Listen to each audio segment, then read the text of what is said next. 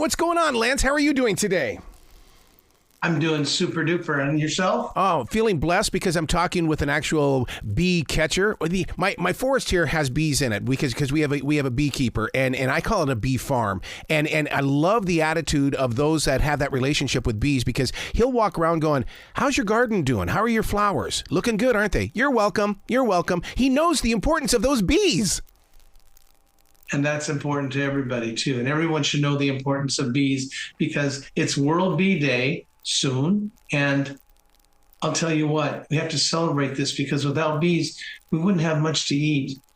82% of the crops that are grown for our food are pollinated by honeybees. Yep. That's very important to know. Now, you have worked with so many different types of bees. One that I would love to learn more about, what is the importance of the carpenter bee? Carpenter bees dig holes in fascia board and trees, and they actually do pollinate crops, but not as much because they don't store honey like honeybees do. And carpenter bees are usually, about the size of your thumb, and they're black. And the babies are real cute. They're actually golden, pure gold. It looks beautiful. But they're little creatures, and they do help pollinate quite a bit, depending on the size of their community, I should say, not really a colony, because they do tend to grow in the same area together, but they're not really a social insect like the honeybees are. Yeah. I love the idea that you've teamed up with XTV with the killer bee catcher. And the reason why is because we've got to learn more about these bees. Instead of buying these pesticides to kill them or swat them away, we have to have a relationship with them. And I'm jealous of you that you can get that close. I get that close because I really love the bees. And if you have that feeling when you're touching the bees and working with the bees of a genuine love towards them, a lot of times they won't be aggressive towards you. Mm-hmm. They can feel that emotion, it seems like. And I give it and they take it. You give it back and forth and it works real well. A lot of people, they're trying to be beekeepers, but they don't have the patience or the understanding that without the love involved, it is very difficult to work with anything, especially honeybees. Having that love, because here in the South, we have the hornet. And one of the things that when I first moved down here from Montana, I didn't realize hornets live in the ground. So there I was out there in that forest, and boy, I interrupted those hornets in the ground, and I was chased. Yeah, they look a lot like honeybees. Those are the yellow jackets. Yeah. And they like a bright lemon yellow stripe, and then they have a bright shiny black stripe too. They don't have a lot of fur on them like the honeybees do. And yeah, they are relentless and they don't care. The smoke does not inhibit them one bit. They go right after you and they come out in force and very vigilant at what they do. But that's their job. They're out in the forest. All the way back to when I was a kid, the National Enquirer talked about these Africanized killer bees, and yet you aren't afraid of them. What gives here, dude?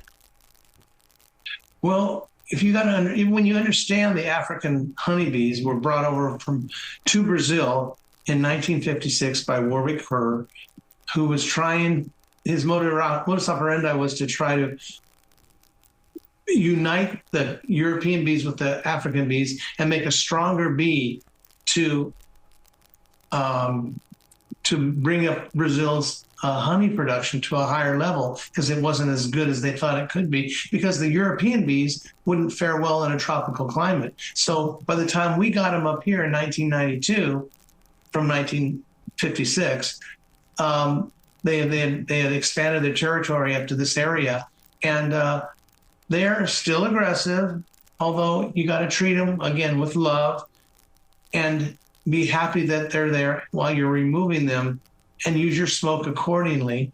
That confuses the pheromone that makes them attack, because they release that when they want to attack you. And also it makes them think there's a fire. So their natural reaction is to gorge themselves with honey, which makes them more lethargic when they're full of honey. They don't like to sting as much as well.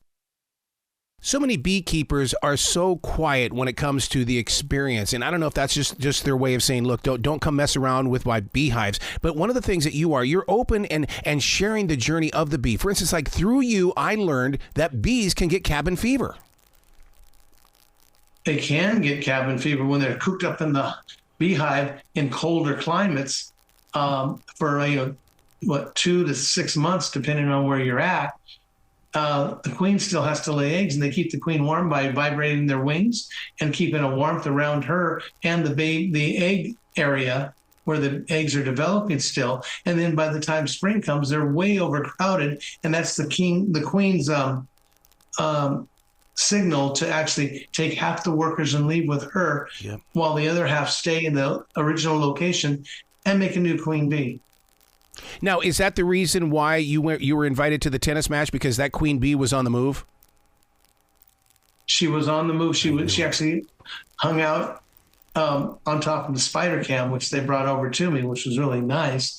And I vacuumed the bees up, and then went ahead and went down, because they needed me downstairs after I got all the bees vacuumed up, and I took the cage out of its housing and set it out, because I knew that all the other bees in the area would land on the outside of the cage, because I did get the queen. When I grabbed her with my hand, I looked at her, I found her, so I vacuumed her up, put her in there. And then I went down because they wanted me to talk to Mr. Alcaraz and also take some of the bees off of the scoreboard, which I did. I used a pheromone neutralizer spray, which kills the smell, so they wouldn't land back there. Mm-hmm. And Mr. Alcaraz said, I can't focus on the game, he said, because there's bees flying in front of my face. And I said, well, in about 10 minutes, it's going to get down to about 57 degrees. And you're not going to have to worry about that, because bees don't fly that way at 57 degrees. And so you're safe there. And they're going up to the queen bee in the cage that I had placed up there. And you said the magic word. You said focus. Yeah. Stay focused and win. And he did. Wow. Wow. Here's a personal question, because we learned so much about the bees following the queen bee. If we were to take that queen bee out, could a bee be a leader, or is it always going to be a follower? Well, that's an interesting question, and I appreciate that. Queen bee lays over 2,000 eggs a day. Yep. They're fertilized eggs. The regular worker bees are not.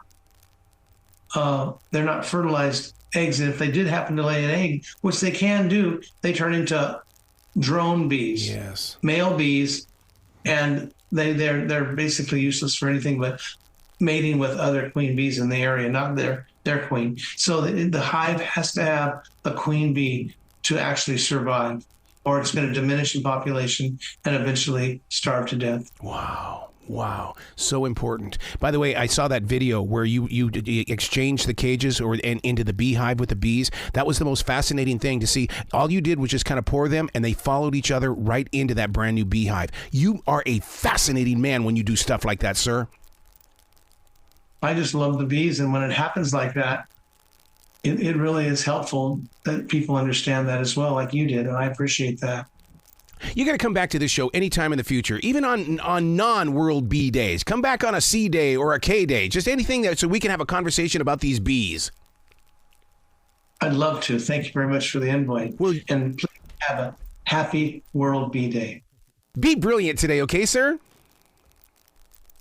I will. I'll do my best to be brilliant.